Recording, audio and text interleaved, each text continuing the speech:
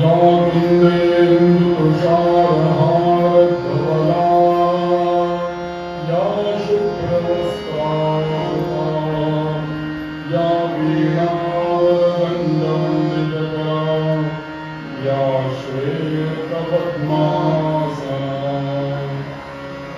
या ब्रह्मोच्चितशङ्करप्रकृतिः देवै सदा वन्दिता सा पातु सरस्वती भगवती विश्वेशदाद्या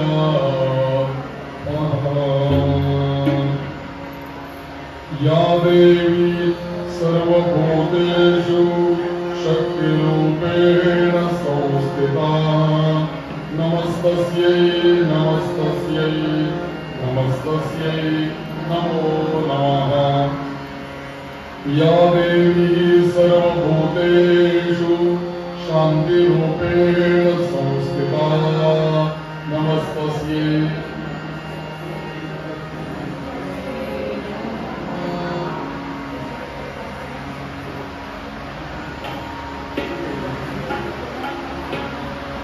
या देवी सर्वभूतेषु श्रद्धारूपेण संस्थिता नमस्तस्यै नमस्तस्यै नमस्तस्यै नमो नमः सर्वमङ्गलमाङ्गल्ये शिवे सर्वार्थ साधिके शरण्ये त्र्यम्बके गौरी नारायणी नमोस्तुते नारायणी नमोस्तुते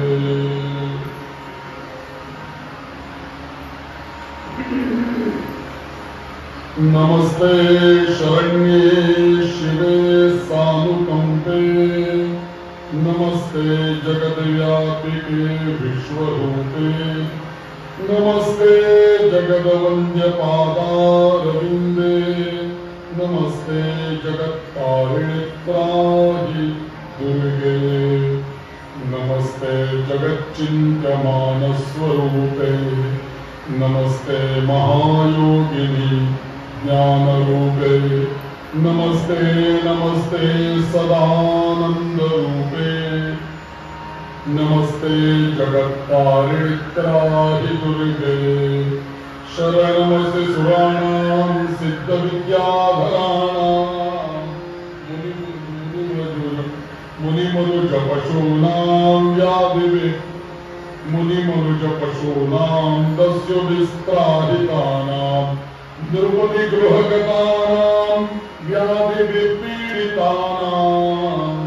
त्वमसि शरणमेका देवी दुर्गे प्रसीद देवी दुर्गे प्रसीद देवी दुर्गे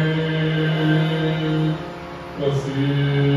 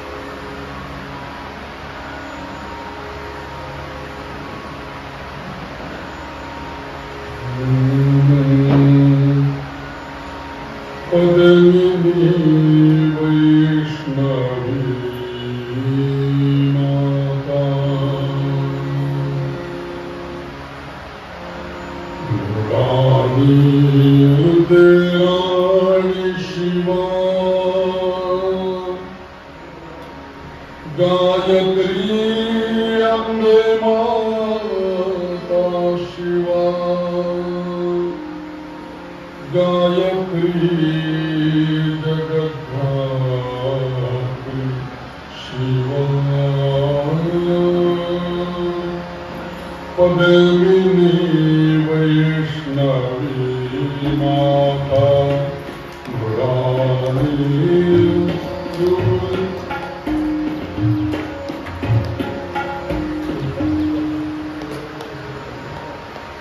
पद्मिनी वैष्णवी माता मुरारी रुद्राणी शिवा पद्मिनी वैष्णवी माता पद्मिनी वैष्णवी माता तीन नाव पद्मिनी वैष्णवी माता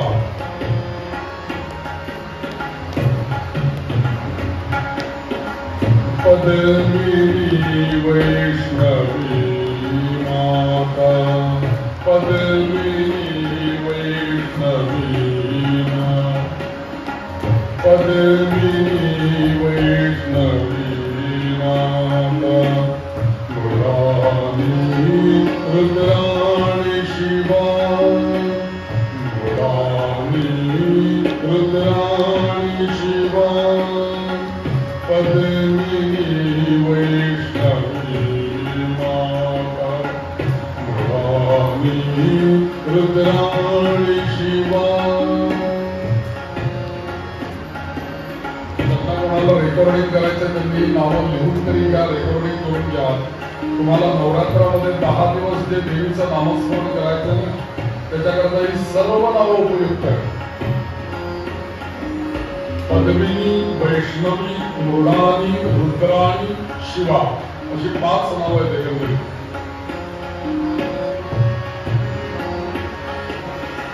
पद्मिनी वैष्णवी माता मुरारी रुद्राणी शिवा पद्मिनी वैष्णवी माता म्हणावं एकदा माता पद्मिनी वैष्णवी माता पद्मिनी वैष्णवी माता मुरारी रुद्राणी शिवा मुरारी रुद्राणी शिवा मुरारी रुद्राणी शिवा पद्मिनी वैष्णवी माता पद्मिनी वैष्णवी माता मृणाली रुद्राणी शिवा मृणाली रुद्राणी शिवा पद्मिनी वैष्णवी माता पद्मिनी वैष्णवी माता मुरारी रुद्राणी शिवा मुरारी रुद्राणी शिवा गायत्री अम्बे माता शिवा गायत्री जगद्धात्री शिवा गायत्री जगद्धात्री शिवा पद्मिनी वैष्णवी माता पद्मिनी वैष्णवी माता पद्मिनी वैष्णवी माता पद्मिनी वैष्णवी माता पद्मिनी वैष्णवी माता पद्मिनी वैष्णवी माता पद्मिनी वैष्णवी माता पद्मिनी वैष्णवी माता पद्मिनी वैष्णवी माता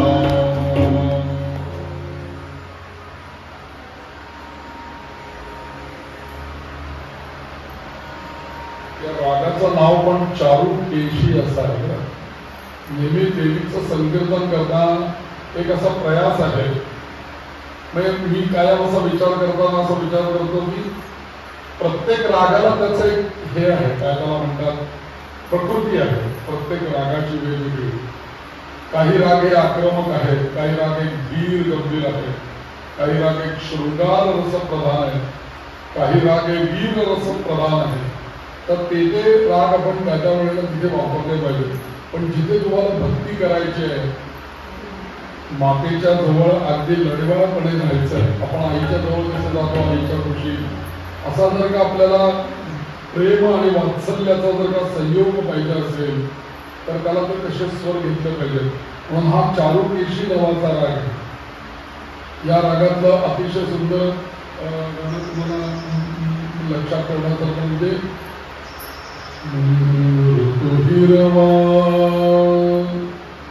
ऋतुहिरवा हे गाणं चारुकेशी रागामध्ये आहे. किंवा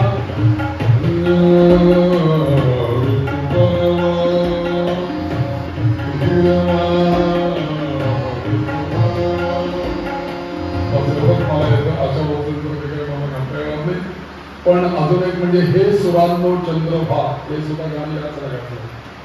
तर त्यातला जो एक कोमल म्हणजे ती जी एक नजाकत आहे ती जास्तीत जास्त आता संकेतामध्ये आली पाहिजे. म्हणून पदमिनी शिवा पदमिनी वैष्णवी माता मृडाली रुद्राणी शिवा ते त्याच्यातनं प्रगट झाला पाहिजे. तर खरं आपल्या अंगावर ज्या क्षणी रोमांच उभे राहतात काही भजन म्हणताना किंवा एखादा जप करताना तर समजायला हरकत नाही. आमचे गुरुजी काय मला म्हणायचे की देवता तुझ्या सान्निध्यात उभे आहेत म्हणून समज.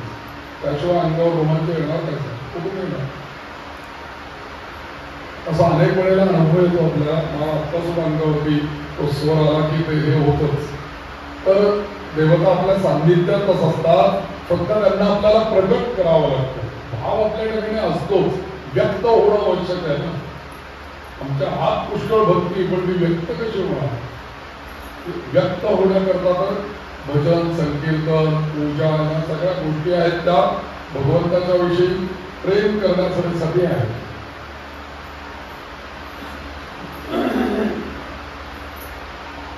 आता परवाच्या दिवशी आपण नवरात्र हा विषय बोललो.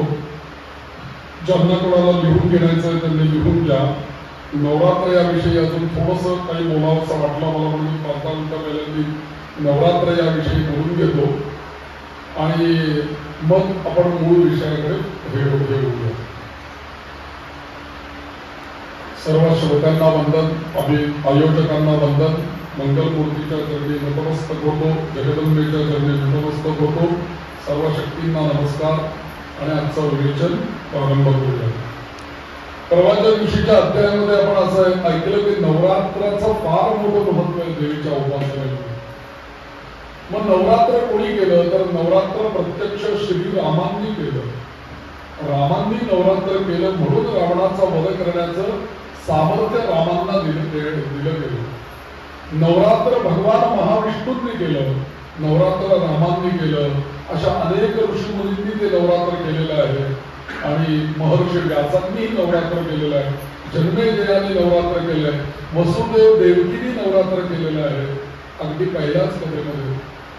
अशा अनेकांनी जे नवरात्र केलं ते आजपर्यंत आपल्या घराण्यामध्ये चालत आलेलं आहे. मग मुळामध्ये हे जे नवरात्र आहे हे नवरात्र, या नवरात्रामध्ये काय काय विधी असतात. सर्वात पहिल्यांदा म्हणजे आपण नवरात्र बसवताना आपल्या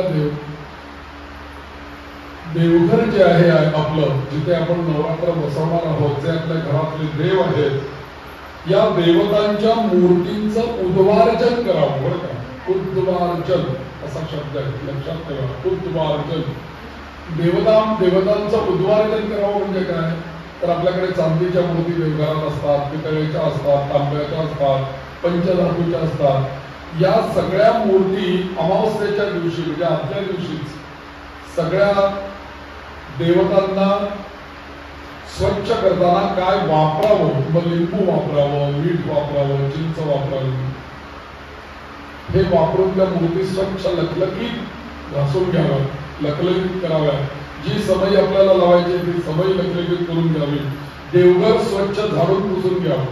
हे सगळं आपण करतोच, पण एक तो महत्वाचा विषय आहे. आणि दुसरी गोष्ट म्हणजे जिथे आपल्याला घटस्थापन करायचं त्याच्याकरता स्वच्छ आणि सुंदर छान मुलायम अशी माती पाहिजे. ते जर का नवरात्र बसवायचं म्हणलं सकाळी माती गुंडाळ्याला आपण बाहेर पडलो तर ती कशी तरीच मिळतं मग आपल्याला. त्याच्यासाठी आधी आपण जागरूक असलो तर आधी ती माती आणून ठेवावी, ती चांगली वाळली कोरडी असताना चालून ठेवावी. काही देवीचे भक्त असेल त्यांनी आता उन्हाळ्यामध्ये माती चालून ठेवलेली नवरात्रासाठी, कारण त्यावेळेस सगळी ओली असते ना, त्याच्यात खडे वगैरे आले तर ती हे उगवणार कसं शे. मग अभिषेकासह आपल्या घरातल्या देवांचं पहिल्यांदा पूजन करावं रोजच्याप्रमाणे जे काही आपण करतो ते. आणि ते केल्यानंतर बऱ्याच ठिकाणी नवरात्र बसवण्याच्या वेगवेगळ्या पद्धती आहेत.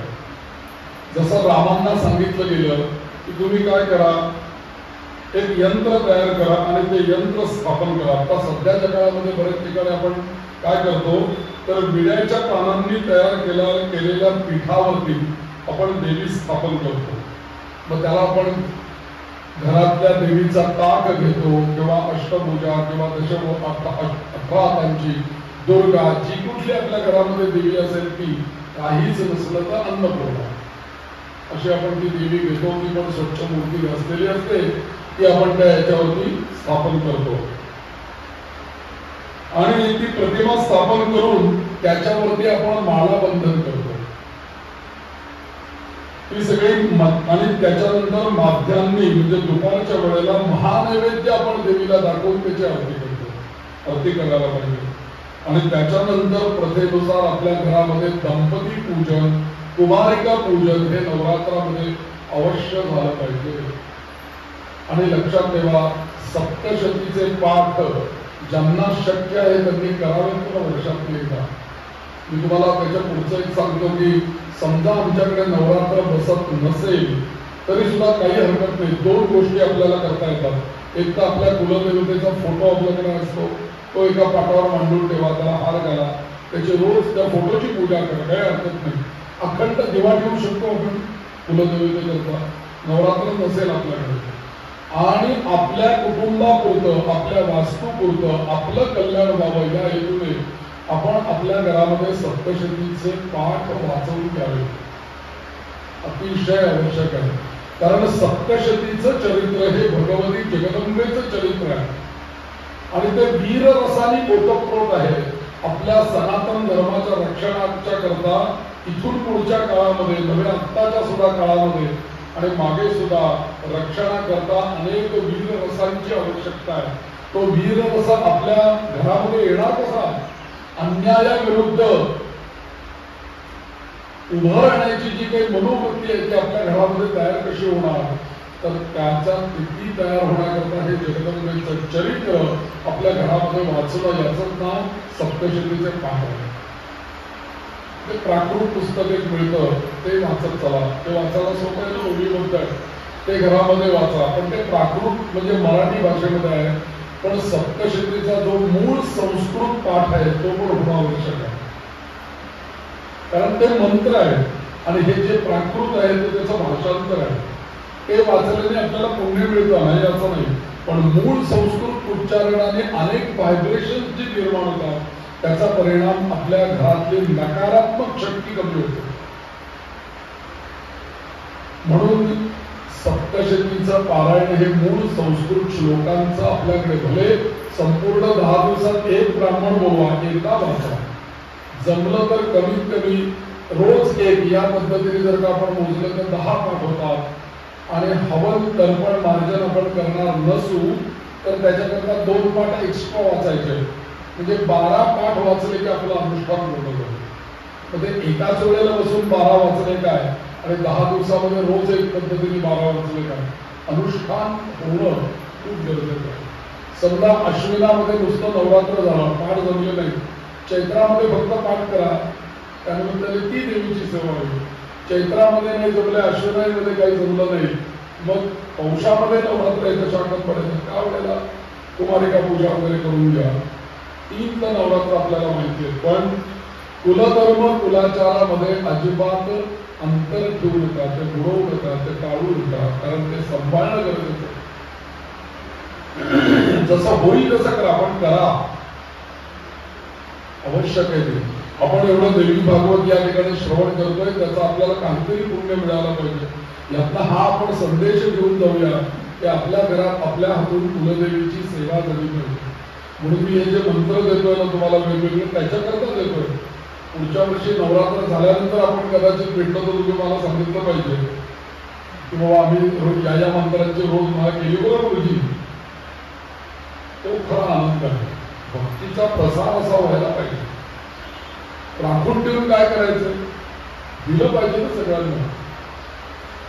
तर या नवरात्र उत्थापनाच्या दिवशी मग जलप्रोक्षण करून मालाबंधन, नेहमी देवतांची उपासना केल्यानंतर रोज जगदंबेची, आता लिहून घ्या हा मंत्र, रोज संध्याकाळची आरती झाली की जगदंबेची प्रार्थना म्हणून रोज तिला हात जोडून कमीत कमी 3 वेळेला म्हणायचं, मातः क्षमस्व, मातः क्षमस्व, मातः क्षमस्व, एवढं म्हणायचं 3 वेळा रोज.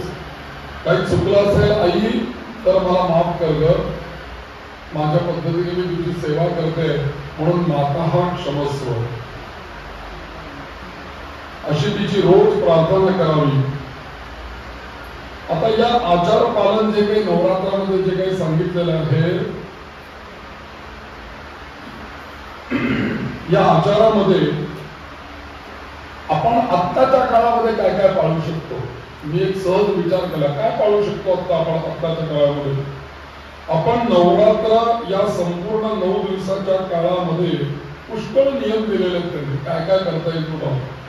पण या नवरात्राच्या 10 दिवसाच्या काळामध्ये आपण एक गोष्ट पाळू शकतो. ती गोष्ट म्हणजे आपल्या वाणीने आपण कोणाचीही निंदा करायची नाही. 10 दिवस फक्त कोणाचीही निंदा करायची नाही. बस बघा, ठरवून समजाय का 10 दिवस नाही बोलायचे. प्रसंग आला तरी तोंड बंद. एक गोष्ट, निंदा करायची नाही. दुसरी गोष्ट म्हणजे 10 दिवसापर्यंत खरं तर रामांनी मौन पाळलं बरं. 9 दिवसाच्या नवरात्रामध्ये आपल्याला मौन शक्य नाही, कारण आपण मौन ठेवलं तर मोबाईल संपावर जाईल. काय मौन ठेवलं माझा काय होतो, त्यामुळे तो आपल्याला स्वस्त बसू द्यायला देत नाहीये सध्या. तर मौन ठेवणं आपल्याला जमणार नाही. पण एक गोष्ट जमू शकते, आपण खोटं बोलणार नाही, असत्य भाषण करायचं नाही. ते जमू शकेल की नाही. निंदा करायची नाही, असत्य भाषण करायचं नाही. आणि दुसरी गोष्ट म्हणजे होता होईल तो कलह कोणाची करायचा नाही. कलह होता कामा नये. आपलं डोकं, आपण लोक म्हणतात ना, डोकं गरम झालं, डोकं गरम झालं. डोकं गरम होताच कामा नये. डोकं एकदम शांत थंड राहायला पाहिजे. त्या वैद्याने आपल्याला सांगितलं ना कि हमेशा सेहत के लिए क्या करो, हमेशा पाव रखो गरम और पेट रखो नरम और माथा रखो ठंडा, फिर भी यदि डॉक्टर है तो उसको मारो ठंडा. नेमकं आपलं उलट काय होतंय, पाव रखो गरम त्याऐवजी डोकं रखो गरम. आणि चालायला तो कुठेच जात नाहीये, त्यामुळे पाव थंडे चालतच नाही. आणि पेट नरम, काय दिशा नाही नरम पाहिजे पेट. उपासाच्या दिवशी राहत नाही, तर त्या दिवशी कसं आहे, उपासाच्या दिवशी नरम पोट राहत नाही, त्या दिवशी जास्तीच ते. तर कमीत कमी आपण कलह करायचा नाही. त्याच्यानंतर दुसरी गोष्ट म्हणजे सहाड्या करणे,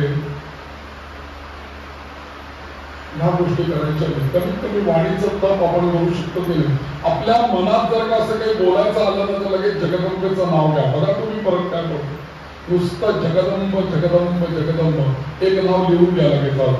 जगदंब हे जे नाव आहे अत्यंत प्रभावी नाव आहे. जसं काल मी काल सांगितलं भुवनेश्वरी, आज नाव मी तुम्हाला सांगतोय जगदंब.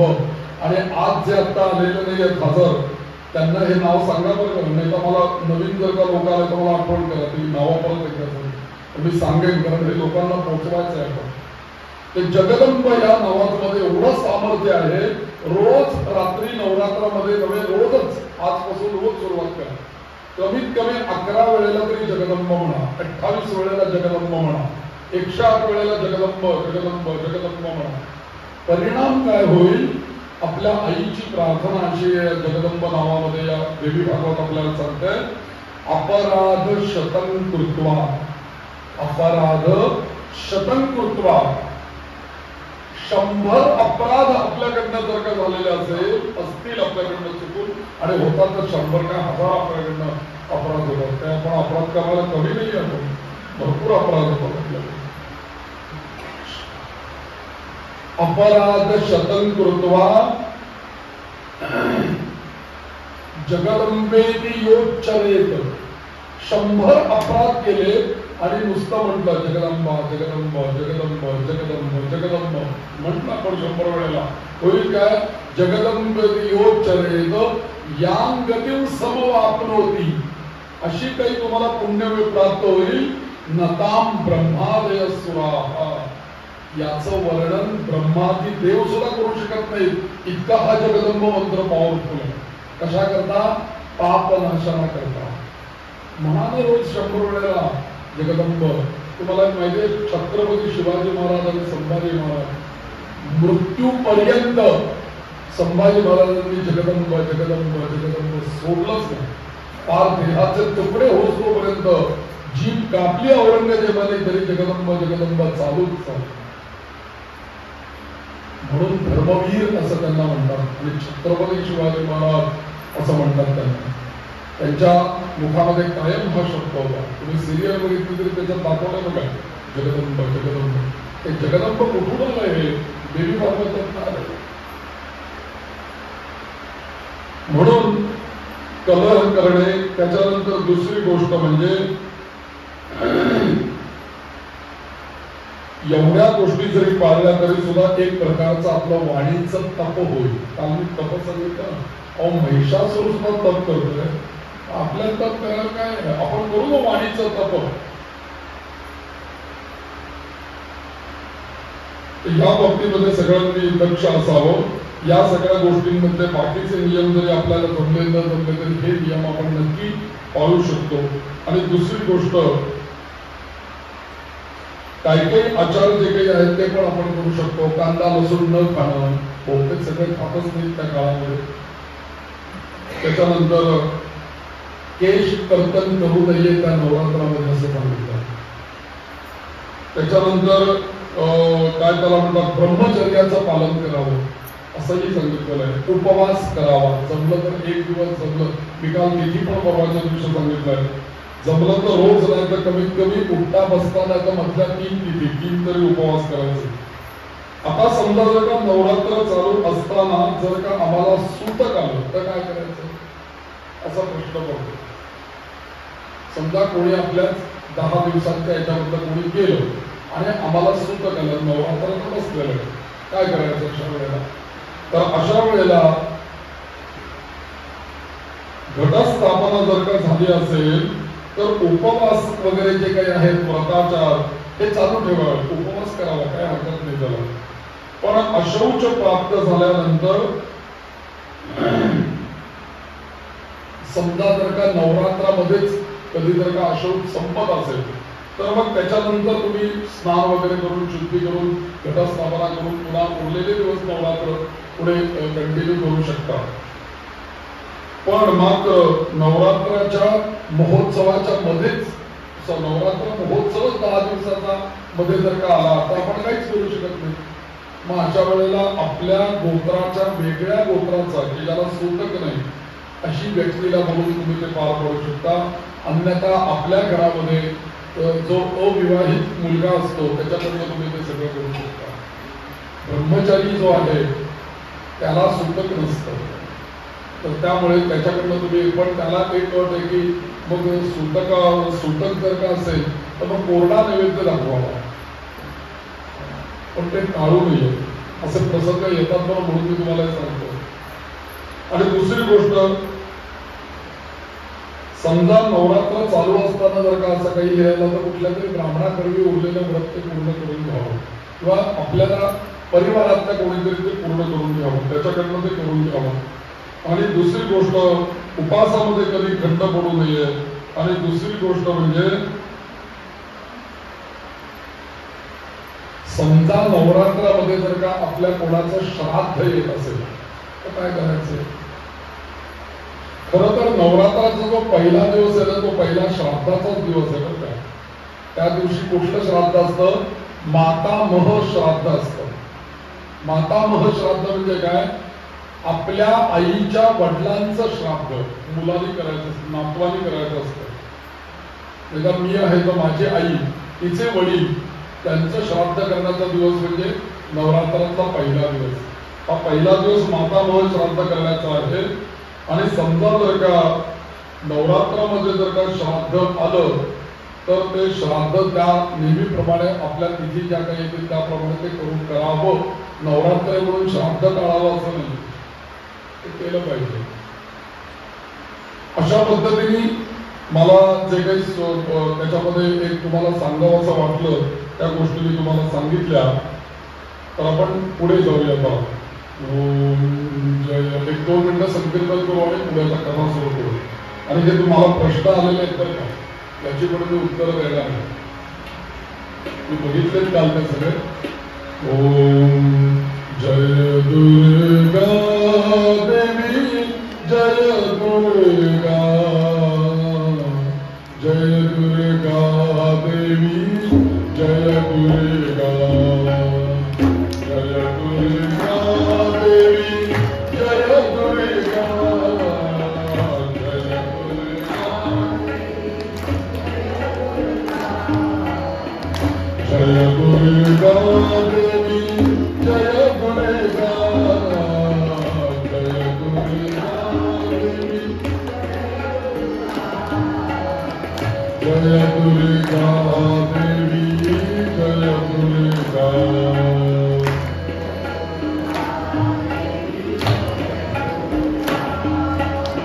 जय दुर्गा देवी जय दुर्गा, जय दुर्गा देवी जय दुर्गा, जय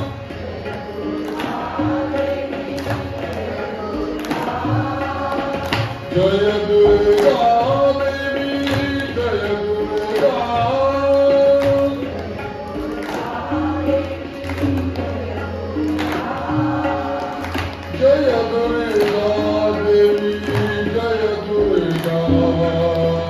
जय दुर्गा देवी जय दुर्गा, जय दुर्गा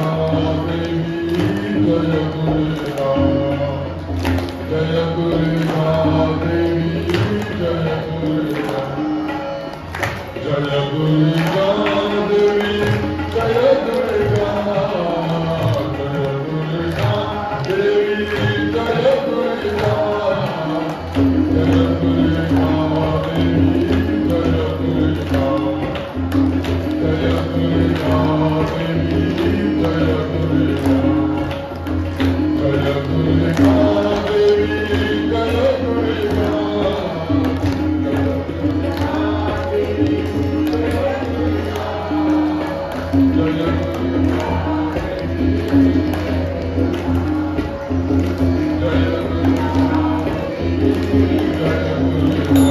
दुर्गा, दुर्गा माता की जय. महिषासुराचा वध झाला. महिषासुराचा वध झाल्यानंतर सर्व काही स्वर्ग, नरक, पाताळ, पाताळ नाही स्वर्ग, त्याच्यानंतर पृथ्वी, मानव हे सगळेजण मुक्त झाले महिषासुराच्या जाचापासून. सगळ्यांना अडकवून ठेवलं होतं त्यांनी. देवतांचं राज्य हिसकावून घेतलेलं होतं आणि पृथ्वीवरच्या मानवांचं पण यज्ञ, याग, पूजा, अर्चा सगळं काही बंद पडलेलं होतं. आणि महिषासुरात मारल्या गेल्यामुळे झालं काय की या महिषासुराबरोबर खरं तर देवीने सगळंच सैन्य मारलं होतं महिषासुराचं. पण थोडेफार काही राक्षस अजून शिल्लक राहिले होते महिषासुराबरोबरचे, ते उरले सुरलेले सगळे राक्षस पाताळामध्ये पडून गेले. कारण देवीने आधीच सांगितलं होतं की मरायचं असेल तर थांबा, मरायचं नसेल तर गुण्या गोविंदाने आपल्या पाताळात जा, तिथे राज्य करा, तिथे आहेत राक्षसांचं राज्य, जा बाबा महिषासुरा तू खाली पाताळामध्ये. त्याला आधीच सांगितलं होतं, पण त्याने ऐकलं नाही. देवीशी युद्धाला उभा राहिला आणि परिणामी देवीने त्याचा नाश केला. आणि मग सगळे देव अत्यंत आनंदी झाले. इकडे तिकडे तिकडे इकडे या महिषासुराच्या भीतीने कुठे कुठे लपून बसले ते देव. कोणी झाडावर बसले होते, कोणी गुहेत बसले होते, कोणी हिमालयात गेले होते. सगळीकडे वेगवेगळ्या ठिकाणी लपून बसलेले जे देव होते ते सगळे देव महिषासुर मारला गेल्याची वार्ता सगळ्या ब्रह्मांडाला कळाली. आणि त्याच्यानंतर सगळे देव आकाशामध्ये आले आणि सगळे हळूहळू जगदंबेच्या समोर सगळे देव त्या जगदंबेच्या समोर येऊन उभे राहिले. आणि त्या जगदंबेच्या समोर येऊन उभे राहिले आणि त्या जगदंबेची स्तुती करायला त्यांनी आरंभ केला. स्तुती अशी करतात, विष्णू पालन करतो, महादेव प्रलय करतो, संहार करतो, ब्रह्मदेव निर्मिती करतो, या सगळ्यांना शक्ती देणारी जगदंबे तू शक्ती आहे. आम्हाला कीर्ती, मती, स्मृती, गती, करुणा, श्रद्धा, धृती, वसुधा, कमला, मंत्र रूपिणी असे अनेक तुझी नावं आहेत. अनेक ज्या या ब्रह्मांडामध्ये ज्या शक्ती आहेत ना, या सगळ्या शक्ती तूच आहेत. शकरा गज सुरगणा निहते तस्मिन् दुरात्मनि सुरा रिबले जलदेव्या तान्तुष्टो प्रणति नम्र शिरोधरा वाक्ये प्रहर्ष पुलको गमचारुदेहा.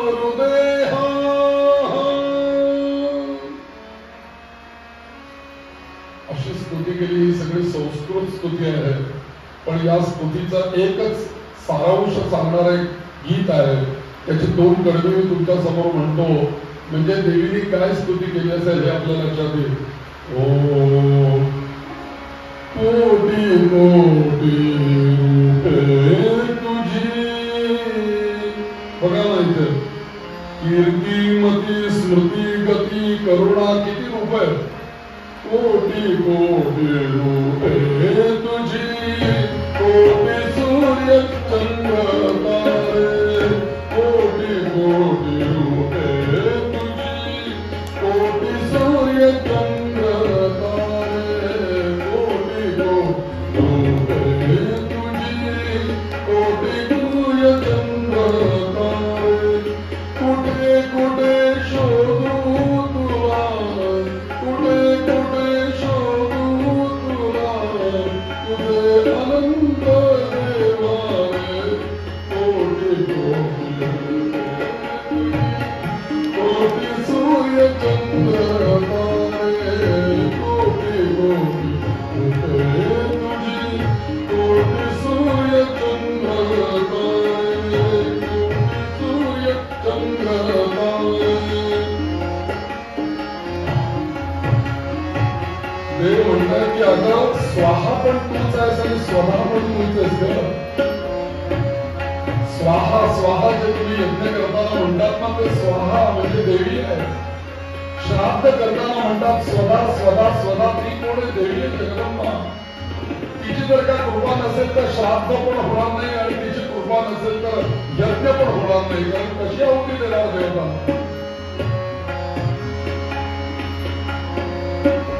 म्हणून स्वाहारूपिणी तू आहेस, स्वधारूपिणी तू आहेस आणि जगदंबे या जगताची शक्तीच तू आहेस.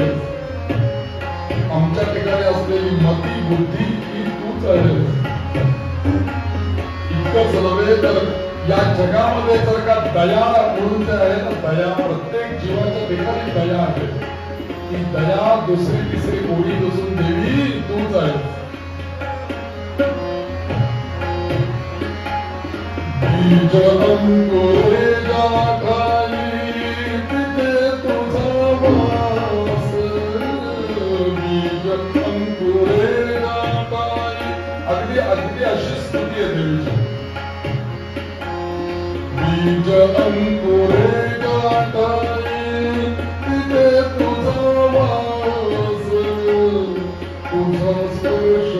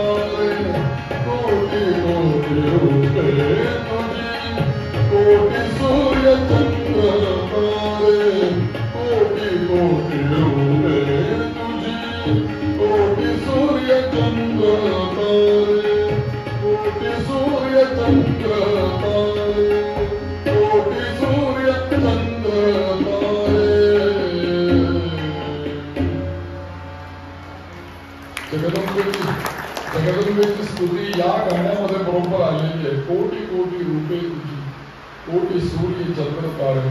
आपण एका ब्रह्मांडाचा विचार करतोय ती अनंत ब्रह्मांड नायिका आहे.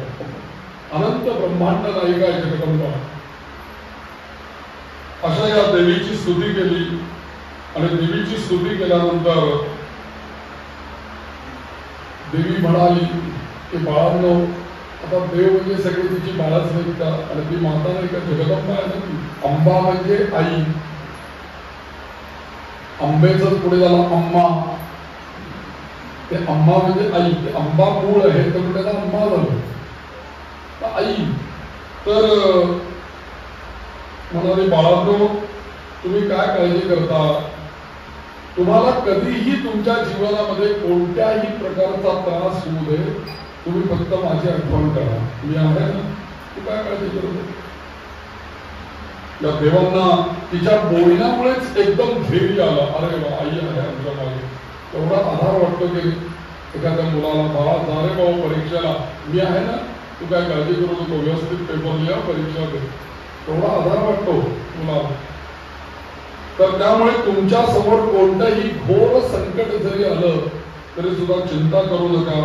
ज्या वेळेला संकट येईल ना, त्यावेळेला फक्त तुम्ही म्हणा भुवनेश्वरी भुवनेश्वरी, जगदंबा जगदंबा. नुसतं माझं नामस्मरण करा, मी येईनच. म्हणून या जगामध्ये लक्षात ठेवा, देव प्रत्यक्ष कार्य करू देत, नाहीतर देवाचं कार्य आपण करू देत. आपण जर का देवाचं कार्य जर का करत असू आणि आपल्याला जर का काही संकट येत असतील, आपण सत्य चांगलं काम करत असू आणि आपल्याला संकट जर येत असतील तर आपण त्या भगवतीला शरण केलं पाहिजे. ती कोणाच्या तरी रूपाने येईल आणि आम्हाला मदत करेल, आमचं कार्य पूर्ण. कारण तिने जसं वचन दिलं, देवानं मी तुम्हाला तुमचं रक्षण करेल. मग देव म्हटले, अगं आई, तू एवढ्या मोठ्या महिषासुर नावाच्या दैत्याला मारलास, केवढं मोठं काम केलंयस आमच्याकरता तू. अजून काय आमच्याकरता करायचं, बाकी आता आम्हाला करू दिलं काही, सगळं तूच करायला लागला, आम्ही काय करायचं. आणि म्हणून ती जगन्माता म्हणते की पा म्हणे, एकच लक्षात ठेव, मुलांचे हजारो अपराध असतात, पण जगदंबा म्हणते की मी आई आहे, त्यामुळे तुमचे 1000 अपराध मी पोटामध्ये काढते. अपराध सहस्राने. आता श्लोक सांगितलं ना तुम्हाला, तो जगदंब लक्षात ठेव. आपण जगदंब जगदंब म्हणत राहिलो की देवी आपले अपराध क्षमा करते, म्हणजे पोटात घालते, असं ते नाव आहे बरं. तर मी त्यांचे अपराध पोटामध्ये घालते. आणि एक लक्षात ठेव, असं असताना सुद्धा काही मूर्ख मानव असे आहेत की ते मानव माझी उपासनाच करत नाहीत, माझं नावच घेत नाहीत, मला विसरून जातात आणि नको ते करत बसतात आणि सगळं करून भागले की माझी आठवण येते. मग मी कशात त्यांच्या काय करू. सुरुवातीला जर का माझी आठवण काढली तर मी पहिल्यापासून त्यांच्या बरोबर आहेच ना, शक्ती रूपाने. म्हणून या देहामध्ये 2 पक्षी राहतात, असं जगदंबा सांगते बरं. 2 पक्षी या शरीरात आहेत. कोण पक्षी आहेत. एक आहे जीवात्मा आणि दुसरा आहे परमात्मा. असे 2 पक्षी आहेत आपल्या शरीरात. पण ते काय साक्षीभूत आहेत, ते फक्त त्यांचा कधीही वियोग होत नाही. आणि जीवाचे अपराध जे काही आहेत ते देह रूपावरती असतात. कारण आत्मा काय त्याला कुठलेही हे नाही, तो पाण्याने भिजत नाही, अग्नीने जाळला जात नाही, तो निर्गुण निराकार आहे. अहम निर्विकल्पो निराकार रूपो. त्यालाच 2 पक्षी म्हटलंय, जीवात्मा आणि परमात्मा. हे 2 पक्षी असं उदाहरण म्हणते. आणि हे पक्षी का म्हटलं पाहिजे, कारण पूर्वी याच्यात ते उडत उडत उडत येऊन बसले, स्थानापन्न झाले या वृक्षावरती. एक दिवस असा येणार आहे की ते आता उडून जाणार याच्यात, म्हणून त्यांना पक्षी म्हणते देवी.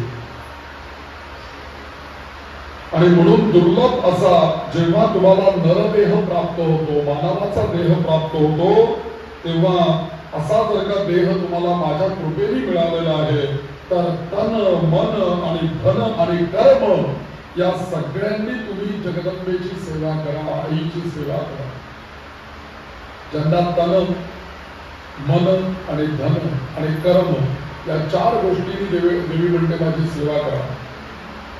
म्हणून देवीचं नवरात्र असलं की तनानी पण आहे, झाडझूड करणं, स्वच्छता करणं. मी आत्ताच सांगितलं, तन मन, मनाने मंत्र जपायचे, धन त्या सगळ्या गोष्टी करणे.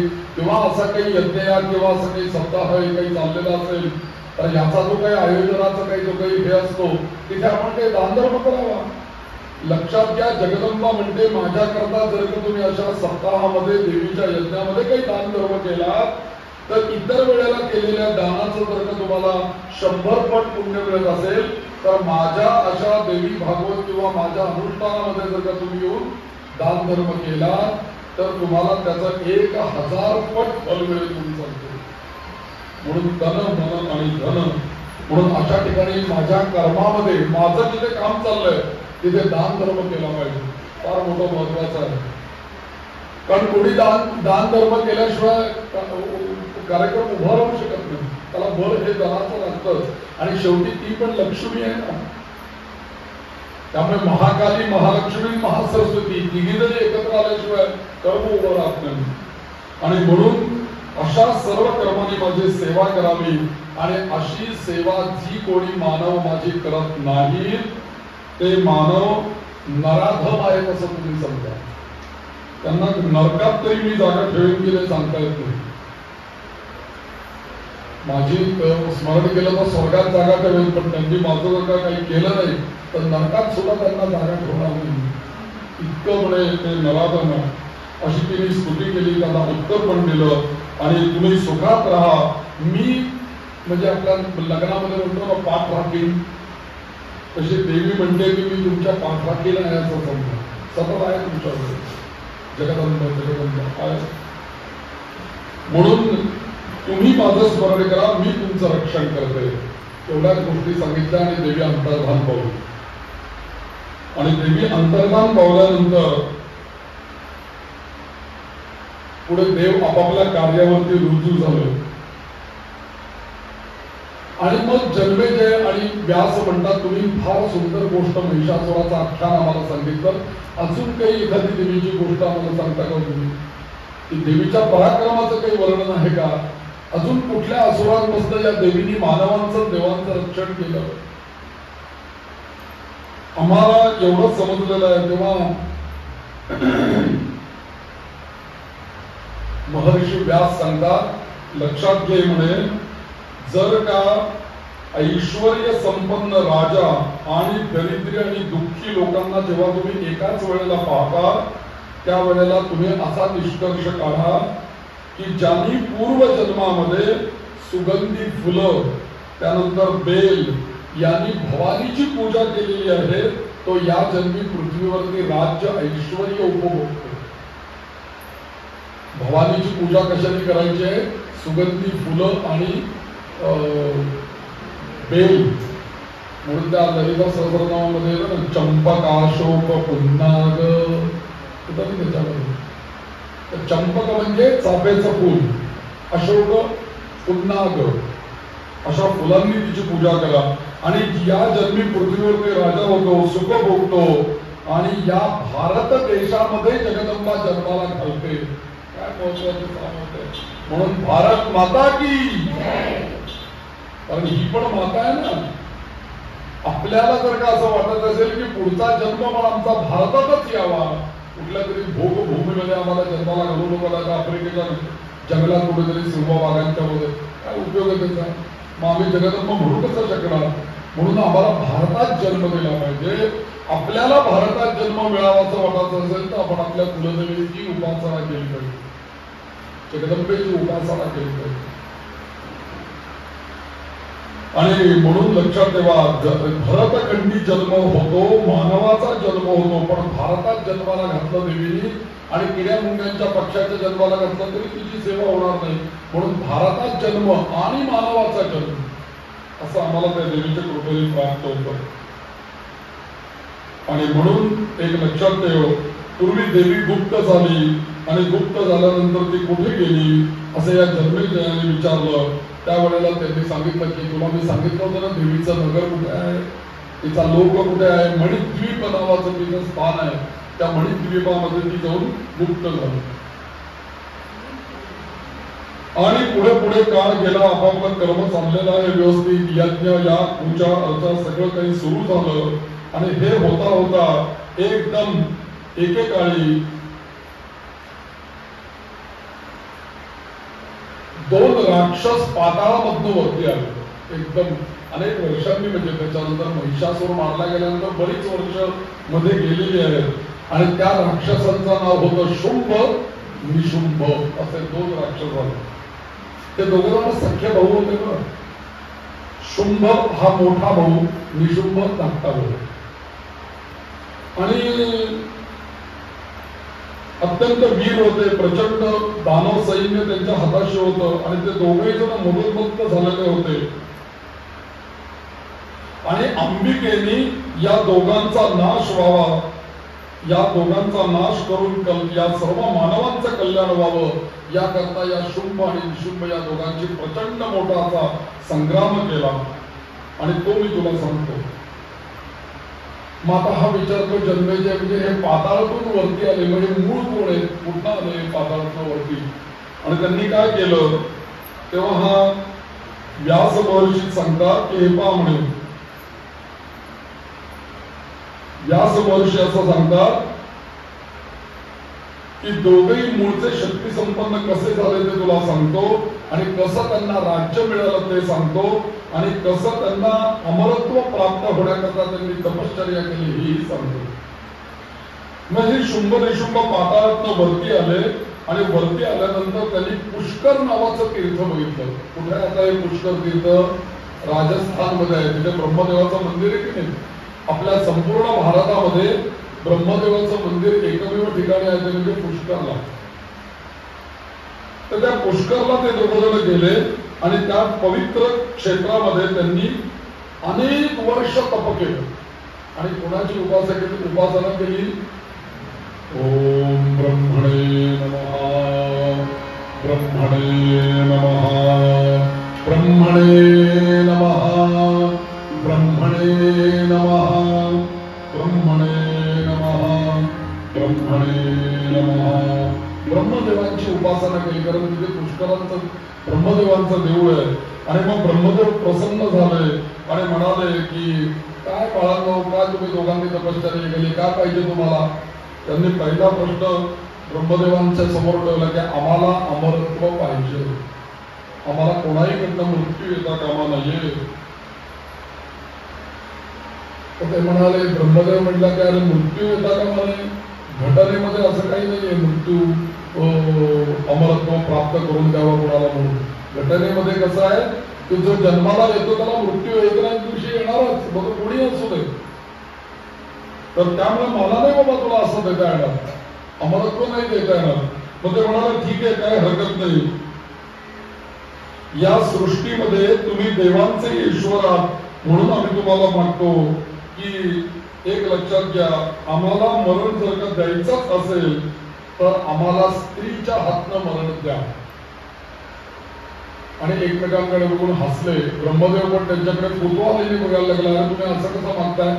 लगेच त्यांनी उत्तर दिलं, अहो स्त्री काय आम्हाला मारणार आहे, ती तर अबला आहे, निष्क्रिय आहे, कोणाच्या साह्याशिवाय ती काय युद्ध करते आणि तिला कोण घाबरतो?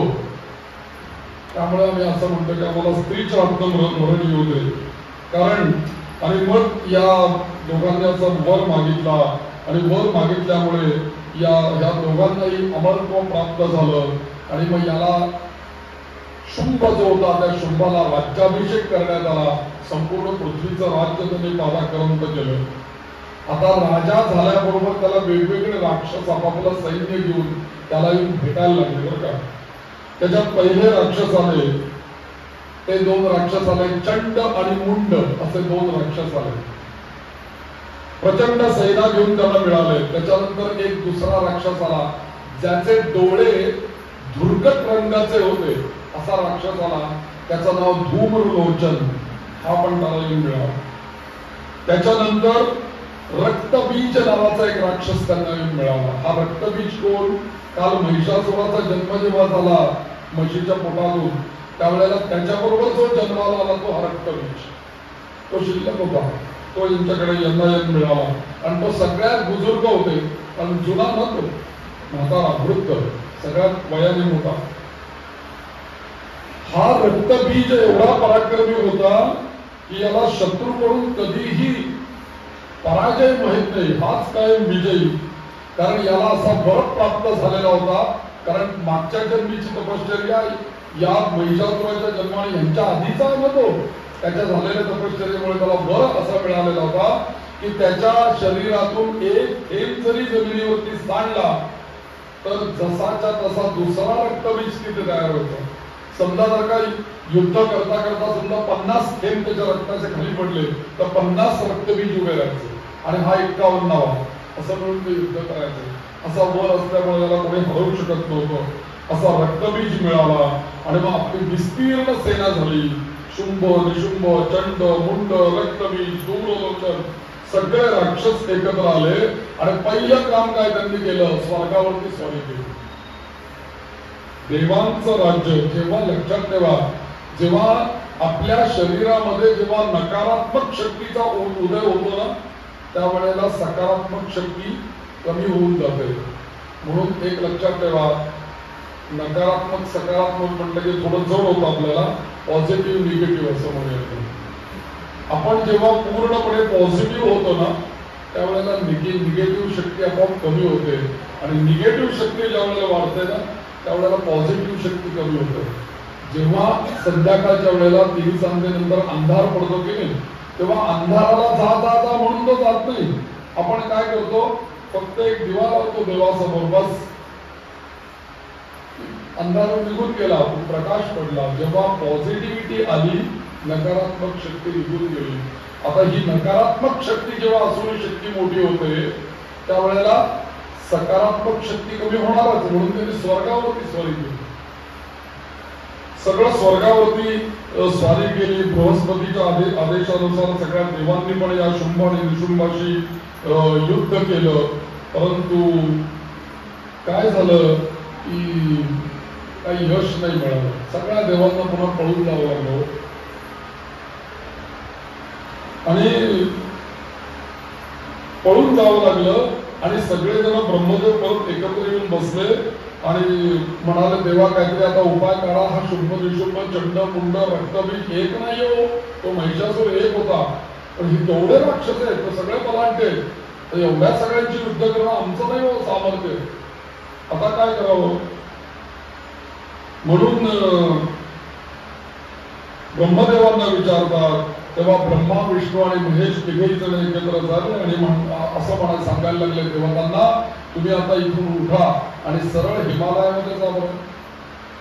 त्या हिमालयामध्ये जगज्जननी पार्वती आहे, शंकर आहे, आणि ती पार्वती म्हणजे साक्षात जगदंबा आहे. तिथे जाऊन तुम्ही तिथे देवीचं अनुष्ठान करा. हिमालयावरती जी देवी राहते तिचं पूजन करा. आणि त्यावेळेला असं वर्णन आहे की पार्वती माता त्यावेळेला मानस सरोवरात स्नानाला गेलेल्या होत्या. ते स्नान करून देव सगळे येऊन त्या सरोवराच्या भोवताली असे उभे राहिले. त्या आंघोळ करून वरती आल्या, पाण्यात होत्या, वरती आल्या. काय बाळा बाबा बाळा काय बाबा तुम्हाला पाहिजे. यांनी देवतांनी उपासना करताना मूळ मंत्राची, नवार्णव मंत्राची उपासना केली बरं. त्या सगळ्या देवतांनी ऐं ह्रीं क्लीं चामुंडायै विच्चे, ऐं ह्रीं क्लीं चामुंडायै विच्चे, ऐं ह्रीं क्लीं चामुंडायै विच्चे, ऐं ह्रीं क्लीं चामुंडायै विच्चे, चामुंडायै विच्चे. देवीची स्तुती केली, देवीची स्तुती केली आणि जगदंबा प्रसन्न झाली. अरे देवतांनो, तुम्ही काय कशा करता आल्या तिथे हिमालयामध्ये, काय कशा करता स्तुती करताय, आणि काय पाहिजे तुम्हाला, सर्व काही मला स्पष्ट सांगा. आणि तुम्हाला जे काही पाहिजे ते मी देण्याकरताच प्रसन्न झालेले, बोला काय पाहिजे तुम्हाला. आम्ही सगळे देव सांगायला लागले, अगं ते शुंभ निशुंभ फार बलाढ्य झाले, फार त्रास देत आहे, खूप कृपाळू आहेस म्हणून आम्ही तुला अळवलेलं आहे. आणि तूच सांगितलंयस ना आम्हाला महिषासुराच्या वेळेला की तुमच्यावर जेव्हा संकट येईल तेव्हा तुम्ही मला भेटायला या, मला अळवा, म्हणून आम्ही तुला अळवलेलं आहे. आता जसं महिषासुरापासून आम्हाला तू सोडवलं ना, तसं या दोन राक्षसांपासून पण आम्हाला सोडव. आणि मग इतकंच नव्हे, मग एक देव उभा राहिला, तो म्हणाला शुंभ निशुंभच नाहीये, फक्त रक्तबीज आणि चंडमुंड पण आहे, मेजॉरिटी आहे त्यांची. त्यामुळे एकटे ते नाहीये. तर आता काय करता येईल, म्हणून आम्ही आमचं रक्षण होण्याच्या दृष्टीने तुझ्याकडे आलेलो आहे. आणि मग देवतांची स्तुती ऐकल्यानंतर जगदंबेने डोळे मिटले, प्रसन्न हास्य. कल्पना करा देवी कशी दिसते. जिनी तिच्या सौंदर्य म्हणून जे तिच्याकडे आहे त्यातला अगदी खसखशीचा शतांश भाग जरी पृथ्वीवर सोडला ना तरी पृथ्वीवरची विश्वसुंदरी होऊन जाते. अशी एक खसखसी इतकं सौंदर्य एखाद्या व्यक्तीला देणारी सुंदरी ती देवी किती सुंदर असेल कल्पना करा. काय रूप असेल, काय तिचा रंग असेल. तिचा रंग हिमालयाची पुत्री ना ती साक्षात. याच्यापेक्षा अजून गोरं काय असावं जगामध्ये.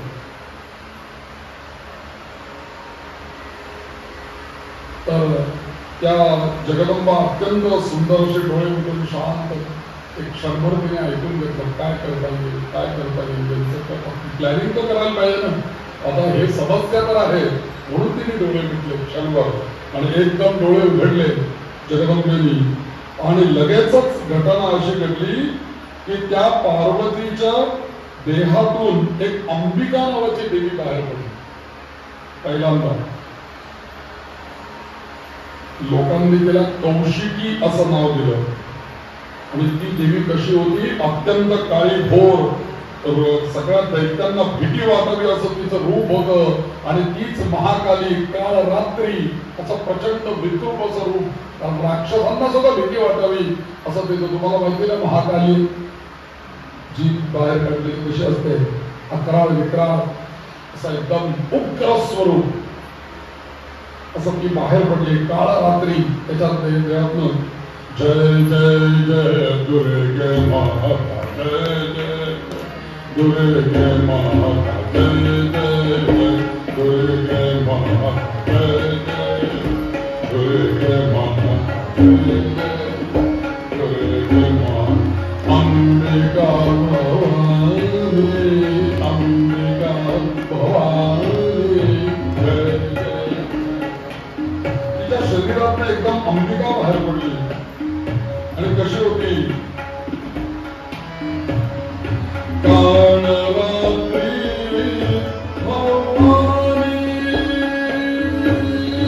महिषासुर मर्दिनी, महिषासुर मर्दिनी, महिषासुर मर्दिनी, काली कपर्दिनी, काली कपर्दिनी, महिषासुर मर्दिनी, दुर्गे भवानी, जय जय दुर्गे माता, जय जय दुर्गे माता, अंबिका भवानी, जय जय दुर्गे माता, अंबिका.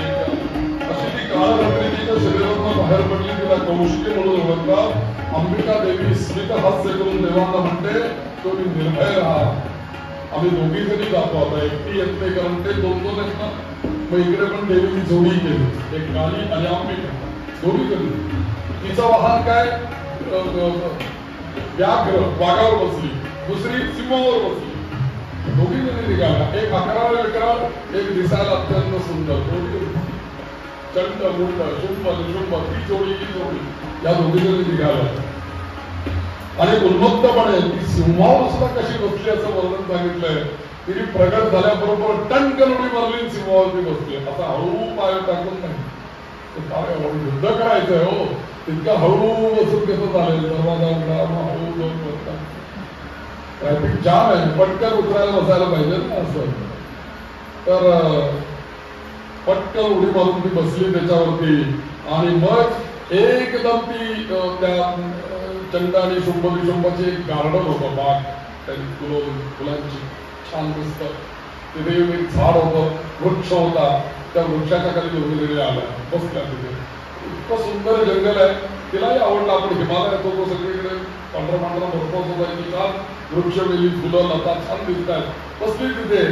आणि अशा ठिकाणी आपण बसल्यानंतर आपल्याला गाता येत नसेल तरी सूर येतात हो. आपल्याला जरी गाता येत नसेल तरी सूर येतात. तर ते सूर यायला लागले तिच्या मुखात. आणि काय लागली ती,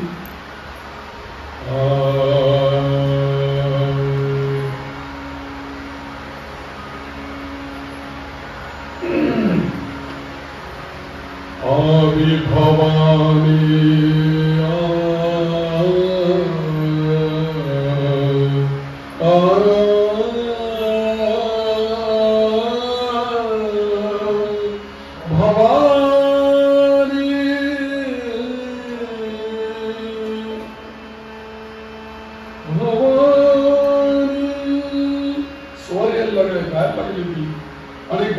गाताना सुद्धा इतकं मधुर गाणं यायला लागलं तिच्या तोंडातून की एकदम तिथे ते फिरत फिरत फिरत फिरत त्या शुंभ निशुंभचे कोणीतरी दूत आले होते. त्यांना गाणं ऐकायला लागलं. कोण गात आहे, आपल्या राज्यात तर कोणी एवढं चांगलं गाणार नाही. ते एकदम आले कुठनं गाणार. आणि ते सुद्धा स्त्रीचा आवाज. दोघे जण पळत पळत पळत पळत गेले त्या झाडाकडे. बघतात तर काय, अत्यंत सुंदर लावण्यवती अशी स्त्री एकटी बसलेली आहे झाडाखाली आणि गाणं गाते. आणि एकदम रूप वगैरे तिला बघितलं. त्या दोघांनी बघून ते आश्चर्यचकित झाले. आणि आश्चर्यचकित झाले आणि ते म्हटले आता थांबा, पळतच जातो विशुंभाकडे. सुंदर स्त्री आलेली आहे आपल्या बागेमध्ये आणि ते कधी त्या आपल्या स्वामींना सांगतोय असं तिला झालं आणि ते दोघेही जण पळत पळत पळत पळत पळत आपल्या महाराजांकडे गेले, म्हणजे शुंभाकडे गेले, निशुंभांकडे गेले आणि म्हटले अहो तुम्ही सगळ्या स्वर्गाची संपत्ती गिळंकृत केली, आपल्या इथे आणली, सगळी रत्न जड जवाय सगळं आहे तुमच्याकडे, एक रत्न कमी आहे म्हणजे तुमच्याकडे. तो म्हणला कुठलं रत्न कमी आहे? अहो स्त्री रत्न कुठे तुमच्याकडे नाहीये ना? ते म्हणले नाहीये माझ्याकडे स्त्री रत्न. आम्ही दाखवतो म्हणले तुमचं स्त्री रत्न आलंय म्हणले बागेमध्ये, तिकडे उभं आहे, चला तिकडे गाणं ऐकायला. आणि मग ते सुग्रीव, त्याचा त्या दूताचं नाव सुग्रीव, त्यांनी याच्याप्रमाणे तो म्हणा नाही नक्की खात्री करू द्या बाबा, कोण आलाय तिथे नक्की, कोण मुलगी आहे, कोण बाई आहे का स्त्री आहे का, कोण काय कळायला मागणी काहीतरी माहिती का आणणार.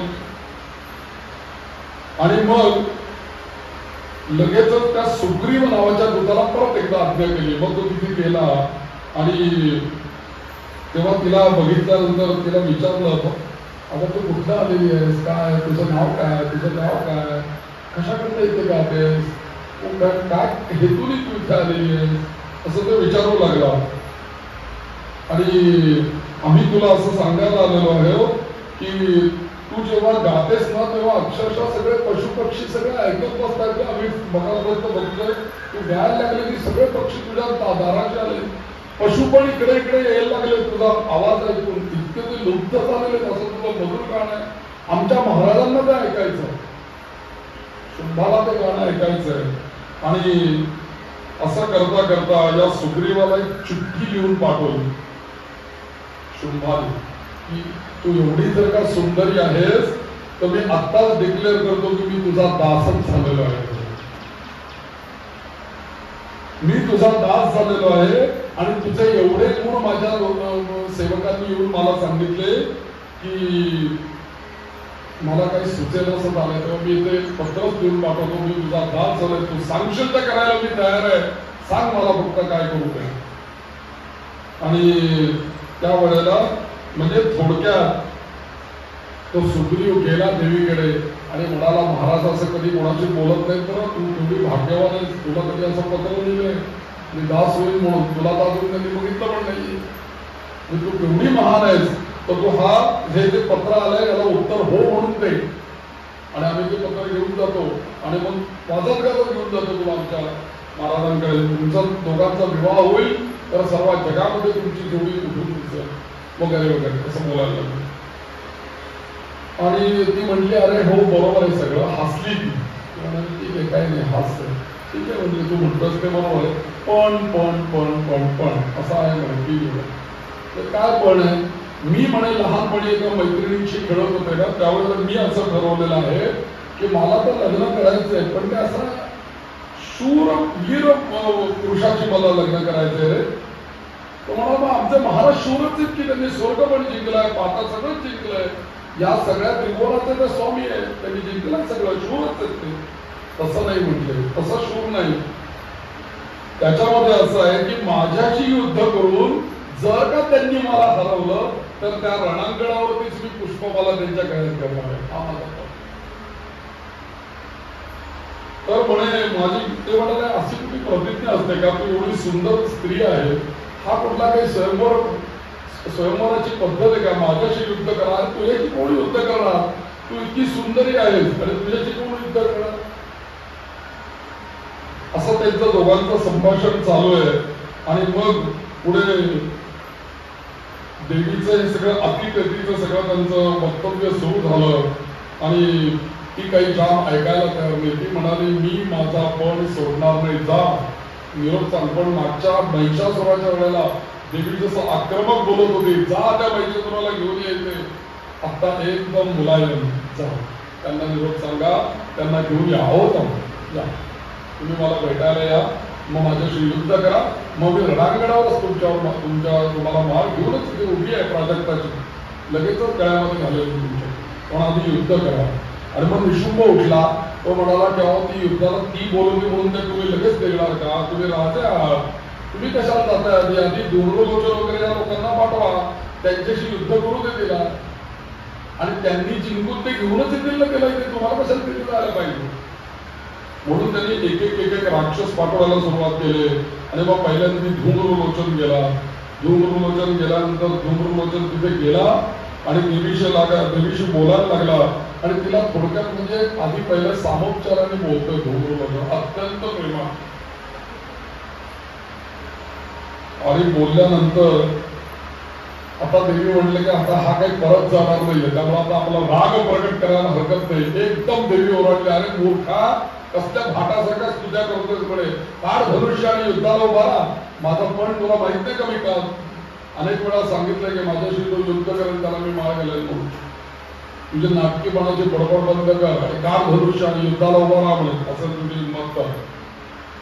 कारण एक लक्षात ठेव, तूच काय, तुझ्यासारख्या अनेक जरी सेनापती मला इथे पाठवले तर सगळ्यांचा मी निपात करणार आहे. आणि त्याच्याकरताच मी हिमालयात आले. आणि मग काय विचारताच दोघांचं युद्ध सुरू झालं. यांनी शस्त्रास्त्र वापरायला सुरुवात केली. आणि एकदा काय झालं, गदा घेतली मोठी लोखंडाची आणि तो फिरवत फिरवत फिरवत तो धूम्रलोचन, आधी ते डोळे तसे त्याचे, आणि त्या देवीपर्यंत गेला. आणि देवीपर्यंत गेल्याबरोबर देवीने काय केलं, काही केलं नाही, शस्त्र चालवलं नाही, नुसतं हुम हुम असं केलं. हुम केल्याबरोबर काय झालं, तो जळूनच गेला. तो जो धूम्रलोचन होता, हुम केल्याबरोबर आहे तसा तिथेच काळा टिक्कर कार्बन शॉक बसल्यानंतर कसं होतं एकदम, तसं तो देह जळून गेला एकदम. सगळे असुर पाहतच राहिले आणि उरलेले असुर पळत पळत शुंभाकडे आले. महाराज, देवी भलतीच आहे, ती बंडी युद्ध करता म्हणून पण हे असं आहे, नुसतं हुम केलं तर जळून गेला मनुष्य, एवढं सामर्थ्य आहे तिचं. आणि मग चंड आणि मुंड या दोघांना तिथे पाठवण्यात येतं. हा चंड आणि मुंड सुद्धा युद्धात उतरतात. आणि जेव्हा ते युद्धामध्ये उतरतात तेव्हा अजून एक तिसरी देवी तिथे प्रगट होते म्हणून सांगितलेलं आहे. महाकाली महाकाल महाकाल महाकाल महाकाल. कुठून प्रगट झाली? अंबिका आहे, कल्पना करा मगाशी, त्यानंतर कौशिकी, दोन होत्या ना, ही अंबिका बसलेली आहे. अंबिकेच्या शरीरात कौशिकी निर्माण झाली, ती पण आक्रमक आहे. पण आता रक्तबीज येणार आहे, त्याच्याही पेक्षा आक्रमक एक देवी पाहिजे. देवीने डोळे मोठे केले, तिच्या फुकटी मध्यात एक देवी प्रगट झाली. महाकाली महाकाल महाकाली महाकाल महाकाली देवी महाकाली महाकाली देवी महाकाली महाकाली महाकाली महाकाल महाकाली महाकाली महाकाल महाकाली महाकाली महाकाली महाकाल देवी महाकाल देवी महाकाली माता की. चला जय जयकार जोरात, युद्ध चाललंय, आवाज जोरात येतोय. महाकाली माता की. तर ती महाकाली तिच्या भुरकुटात प्रगट झाली आणि तिचं काम एकच होतं, मोठा अकरा विकरा दुःख जी बाहेर, डोळे मोठे, अकरा विकरा, ते सुंदरची रागावली आणि उग्र स्वरूप कसं त्या त्याच्यात बाहेर. अंबिका जैसे त्या तिच्या भुरकुटे विलासातनं आणि मगाची देवी तिच्या शरीरातनं एक रूप तसंच सात्विक आहे अजून, ते काही हलत नाही. अंबिका तशीच आहे. या दोन देवी युद्धाला तो उभ्या राहिल्या. आणि कल्पना करा तुम्ही, तर हे होत असताना झालं काय की ते चंड आणि मुंड तिथे मारलेच गेले. चंड आणि मुंड काय राहणार तिच्या समोर. अक्षरशः तो चंड आणि मुंड हे दोघे जण तिच्यावरती धावत आले. आणि धावत आल्यानंतर काय महाकालीने काय केलं की पटकन त्याला एक दोरी टाकावी, फासामध्ये बांधून घेतला आणि त्या अंबिकेकडे बघून बघतीये, म्हणतीये तुला बली द्यायला मी एक बकरा आणलेला आहे समोर, देऊ का बली याचा, असं त्या अंबिकेला विचारते. तर हा रणयज्ञात बळी देते मी, त्याचा स्वीकार कर अंबिके म्हणून त्या रणयज्ञात बळी देता तसा तशी शिरच्छेद करून त्या चंडाला आणि मुंडाला त्यांनी मारून टाकला. इतकंच नव्हे तर ही जी बाहेर पडलेली महाकाली होती तिने त्याचं रक्तही पिलं. अशी उग्र देवी होती. आणि त्यामुळे हाहाकार माजला सगळीकडे. आता काय करावं, आता काय करावं. चंडामुंड याच्यासारखे पराक्रमी दैत्य मारले गेले आणि चंडाला मारलं म्हणून त्या दिवसावरून तिला नाव मिळालं चामुंडा असं नाव. आणि मग रक्तबीज महाराजांना पाठवलं त्यांनी. आता कोणतरी मुख्य पाहिजे होता, कोणाच आवडत नाही येते. आणि मग रक्तबीज त्या ठिकाणी आला आणि रक्तबीज आल्यानंतर रक्तबीजाचं त्याच्यात जी माया होती त्याप्रमाणे सगळं सुरू झालं. देवी युद्ध करतायत दोघी जणी तिघी जणी त्याची ती तिसरी देवी बसलेलीच होती. या दोघी युद्ध करत होत्या आणि युद्ध करता करता त्यांच्या लक्षात आलं की आपण जेवढं मारतोय त्याचं हजारो निर्माण होत आहे. आता काय करावं, आता काय करावं. तर ती एक देवी जेवढ्यांना मारतो तेवढे युद्ध हे परत निर्माण होत आहेत आणि आता काय करावं असं दोघे जणी विचार करतायत. क्षणोक्षणी नवीन नवीन दैत्य उत्पन्न होतात. हा प्रकार चालूच राहिला आणि देवांना सुद्धा चिंता उत्पन्न झाली की असंच जर का व्हायला लागलं तर आहे याच्यात 10 पट 1000 पट 100 लाख पट सैन्य इथे निर्माण होईल. मग देवी काय करणार, दोघीच जण आहेत त्या.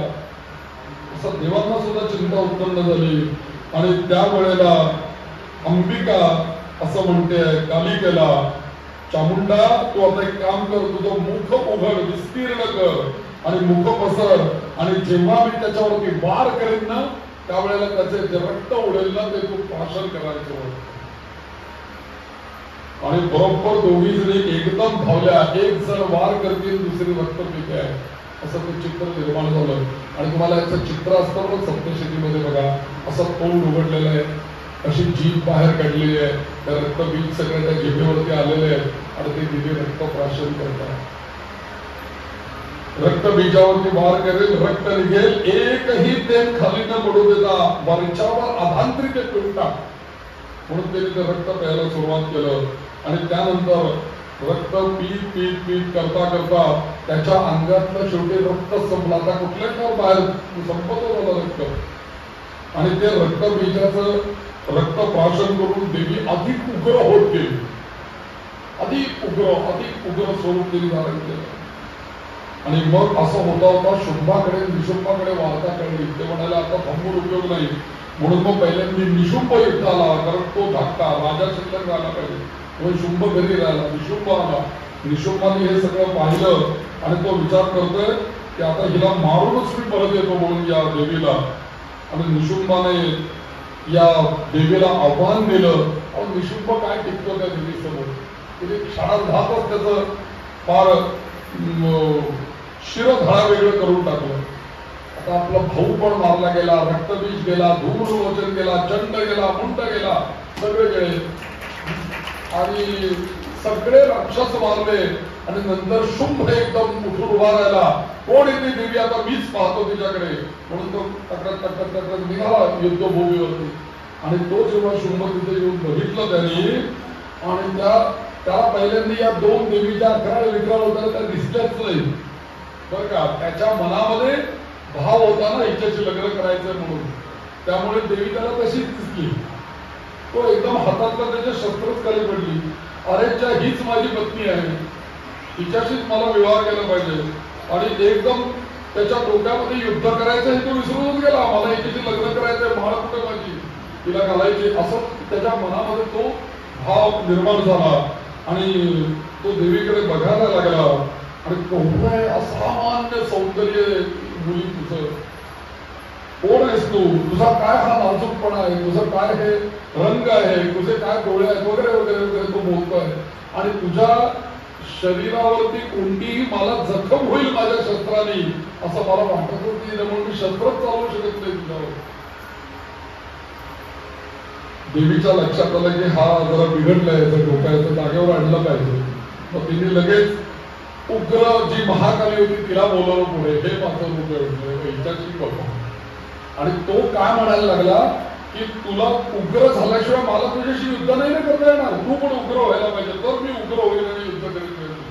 तिने लगेच अंबिकेला कालिकेला बोलवलं, ये की बघ म्हणे माझं उग्र होईल, कर आता युद्ध काय करायचं, मी तुझ्याशी युद्ध करणारच नाहीये, म्हणजे मी इथे बसून बघणार.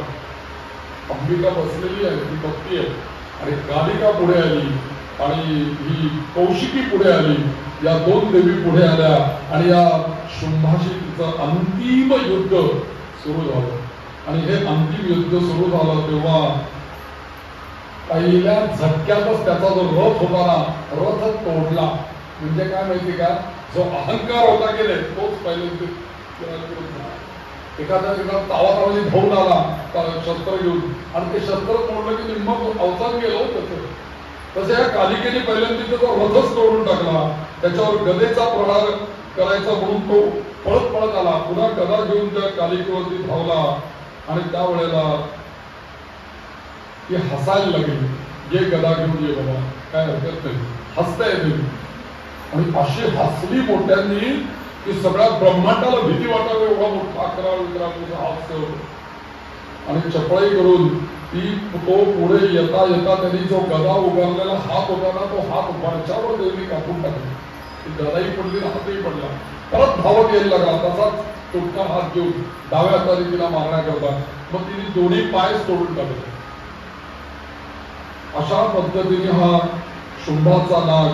एखादा कमळाचं फूल तोडावं देठापासून, अशा पद्धतीने या महाकालीने सहजगत्या मस्तक तलवारीने त्याचं धड वेगळं, धडा वेगळं करून टाकलं. जगदंबा माता की, जगदंबा माता की. भुवनेश्वरी, भुवनेश्वरी दुर्गे माता, भुवनेश्वरी दुर्गे माता, भुवनेश्वरी दुर्गे माता, भुवनेश्वरी दुर्गे माता. अंबिका भवानी, अंबिका भवानी, काली काली